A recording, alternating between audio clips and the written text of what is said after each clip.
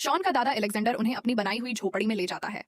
ये झोपड़ी उसने अपनी टूटी हुई नाव के मलबे से बनाई थी और उसने 3 महीने पहले एंटीना ठीक कर शॉन को रेडियो सिग्नल भेजा था। अगले दिन एलेक्जेंडर सबको खोए हुए शहर अटलांटिस में ले जाता है और बताता है कि यह द्वीप समय समय पर पानी से ऊपर आता है और फिर दोबारा डूब जाता है। एलेक्जेंडर का कहना है कि यह द्वीप 14 साल में डूबेगा, लेकिन हांक, जो एक कंस्ट्रक्शन कंपनी का मालिक और नेवी का पूर्व अधिकारी रह चुका है, अपने अनुभव के आधार पर बताता है कि यह द्वीप सिर्फ 3 दिनों में डूबने वाला है। अब सभी का मकसद एक ही है, इस द्वीप से किसी भी तरह बाहर निकलना। इसके लिए एकमात्र रास्ता है कैप्टन नीमो की सबमरीन, जो यहीं कहीं इस द्वीप पर छिपी हुई है। कैप्टन नीमो एक भारतीय खोजकर्ता था जिसने इस सबमरीन का जिक्र अपनी किताब में किया था। वे लोग उसकी कब्र से वह किताब निकालते हैं जिससे उन्हें सबमरीन की लोकेशन का पता चलता है।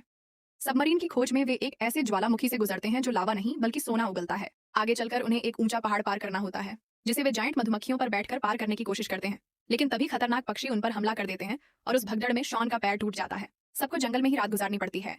सुबह होते ही पानी का स्तर काफी बढ़ चुका होता है। हाक बताता है कि अब उनके पास सिर्फ 2 से 3 घंटे बचे हैं। तभी कैलानी देखती है कि उसका पिता गायब है। शायद वह सोने के ज्वालामुखी की ओर चला गया है। एलेक्जेंडर और कैलानी उसे ढूंढने निकलते हैं, जबकि हांक और शॉन सबमरीन की तलाश में आगे बढ़ते हैं। उन्हें सबमरीन मिल जाती है, लेकिन वह पानी के अंदर डूबी होती है।